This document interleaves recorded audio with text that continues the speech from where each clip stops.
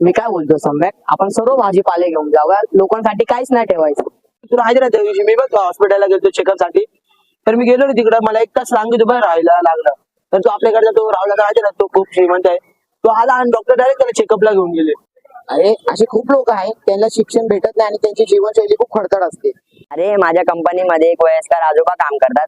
त्यांना ना सामान उचलण्यासाठी कामाला ठेवलंय, पण त्यांची वय जास्त आहे आणि त्यांच्या ताकद कमी आहे. आणि हो, तुला माहितीये का रे, आपल्या शहरात जसे फॅसिलिटीज भेटतात, ग्रोसरी, हॉस्पिटॅलिटी, एज्युकेशन, हे सर्व गावात मिळत असतील का रे? हो, सगळ्यांना समान भेटतं. भारताचे संविधान 39 कलम नुसार सर्वांना मटेरियल रिसोर्सेस म्हणजेच ग्रोसरीज, हॉस्पिटॅलिटी, एज्युकेशन हे सगळं समान भेटलं पाहिजे. जर का कोण अमीर आहे त्याला जास्त, कोण गरीब आहे त्याला कमी, असा भेदभाव नाही केला पाहिजे. प्रत्येकाला प्रत्येकाच्या वयानुसार काम मिळाले पाहिजे. आणि दुसरा पॉइंट, स्त्री असो किंवा पुरुष, सर्वांना समान कामाचे समान पगार मिळाले पाहिजेत.